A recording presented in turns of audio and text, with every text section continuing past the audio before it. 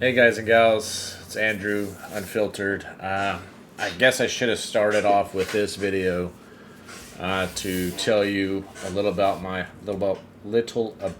myself. I am from the great nation of Texas. I joined the military, joined the Marine Corps at the age of 17. At the time, I was really young. I pretty much was my mama's boy. Graduated high school 6 months early because it was too easy for me. I'm not saying I have a brain, but I got fed up with being stereotyped as a poor kid. Teachers would make fun of me, and I guess in my senior year, I finally got fed up with it. Told a couple of good teachers, history teacher, one in particular, I remember, told him to go F himself. And I walked to the principal's office. Principal wasn't happy with me, like I did something wrong, and I told him I was leaving. That was probably first 3 weeks into my senior year. Then I spent a good 6 months out of school. A quitter. Decided to go give it another try. Again, another teacher. Don't know why they didn't learn their lesson. Stereotyping me again. Because I grew up in a small town in Texas, Monahans. Teacher said some stuff. I told her to go F herself. Didn't like that. Sorry, I forgot to mute my phone. And eventually I took another 2 months off, and I was like, this is getting old. But the counselor, I don't know why she decided to do her job that moment, but they were starting a alternative school, which I think still exists. You pretty much do the work on your own program. And I mean, I was a smart kid, so they gave me my work. I finished it in January of 96, right at the beginning of 96. I told my recruiter, he's like, hey, I graduated. He's like, where's your diploma? I was like, it's in the mail. I had to grab some paper from school saying I graduated. Shipped off the boot camp, San Diego, April 9th, 1996. Graduated in June. Took my 10 days of boot leave, an extra 10 days of recruiter assistance, which really did nothing but stay at home and do nothing. Went to the School of Infantry to become a 3051 or 2, I think it's 51, a small gunner. Went to small gunner school. Graduated, I think 3 months late because I got pneumonia or the flu, so they held me back a cycle. At that time, I guess I was in a company where I don't know what it was about me. People just didn't like me. As soon as I got my SRB, it had 0311 on it. Like I never went to 03. I never went to base or rifleman school. Anyways, went to the fleet. Joined 1st Battalion, 2nd Marines, Charlie Company. I was in 3rd Platoon. Hey, my 3rd Platoon guys out there listening to this. Life was hell after that. Our staff sergeant made it his priority to make our lives a living hell. I don't know if he was doing it for his own kicks. But this was the 90s. But it was hell for the first 4 years of my life. I remember one time I missed a flight, got charged UA, got put on 2 weeks, paid suspension or no pay, EPD. I even had to do EPD in the field. They'd wake me up at 2 o'clock, maybe go pick up trash there in Camp Lejeune while we're doing night ops or something. It was just stupid. It made my life a living hell. Everybody hated me. I was known as that guy, that shitbag. I was that guy. Anyways, fast forward, I spent first 4 years as an 0311 on my wrist. There in Camp Lejeune. Had the privilege of deploying 3 out of those 4 years. Was always gone. Did some awesome cruises. Then I decided to get out in 2000. I decided it wasn't for me. I needed to get back in the Marine Corps. I joined the Active Reserve program. Misconception, you're not a reservist. I collect my retirement at 20 years plus one. So I get paid military retirement. So my first duty station was New York with Mag 49. Then I went to Encino, California. If any of my Encino guys are listening, hey. First, what was it? 223. That's when they deployed to Iraq. Then I went back to Mag 49. Then I went to 123 in Houston, met my lovely wife, got married, had kids. Went to 6th ESB in Portland, Oregon. Then finished up my tour at 14th Marines here in Fort Worth, Texas.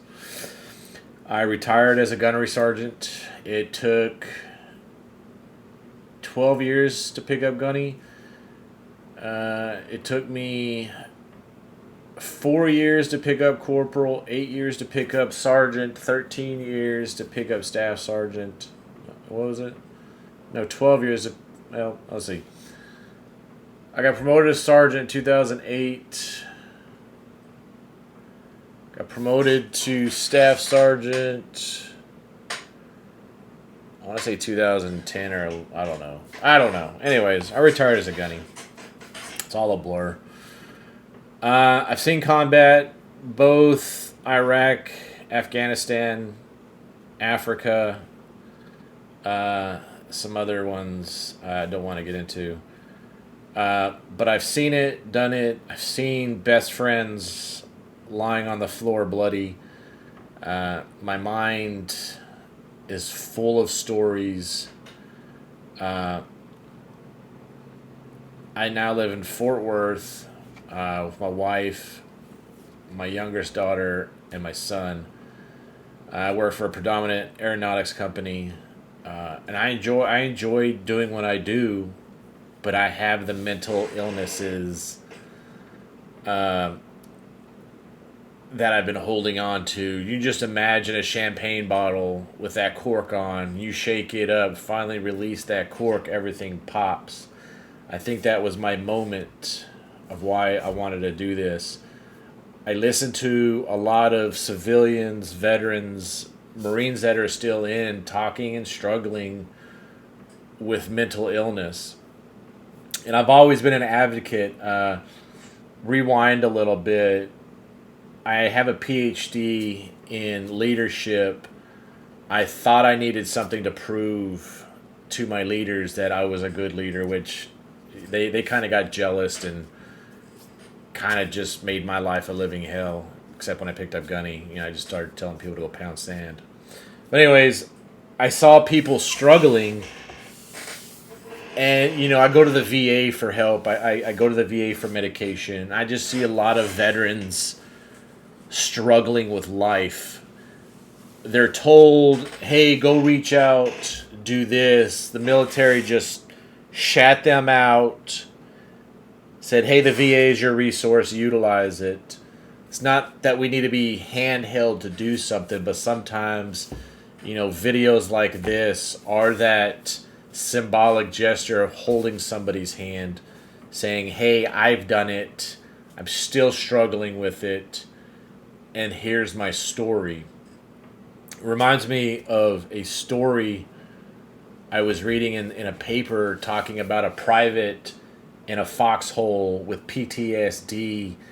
Here comes an officer saying, suck it up, it's your job as a military person, do what you're told.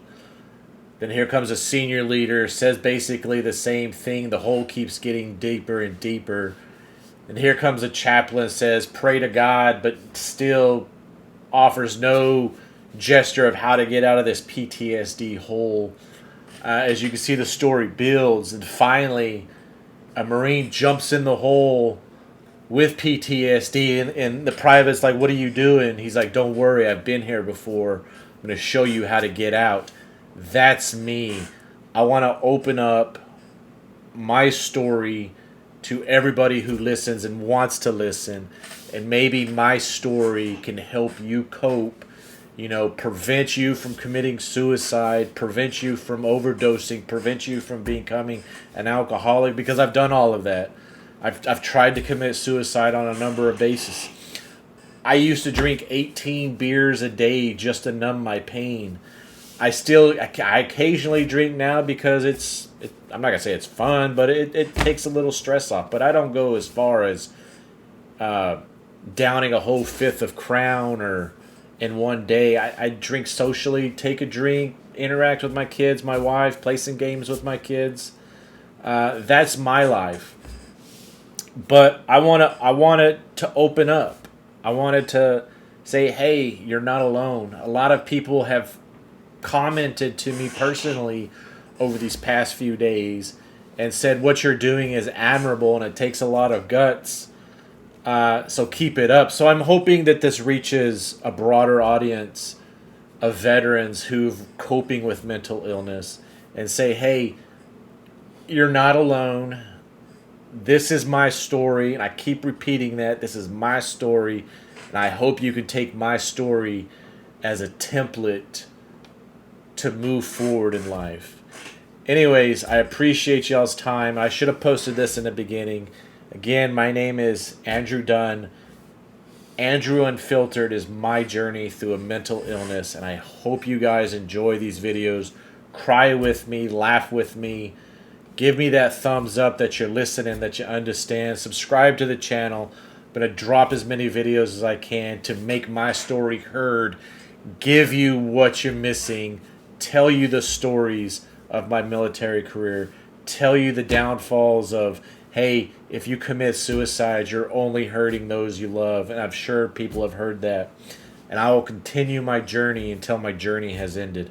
So thanks, Semper Fi, and I hope to see you in a future episode.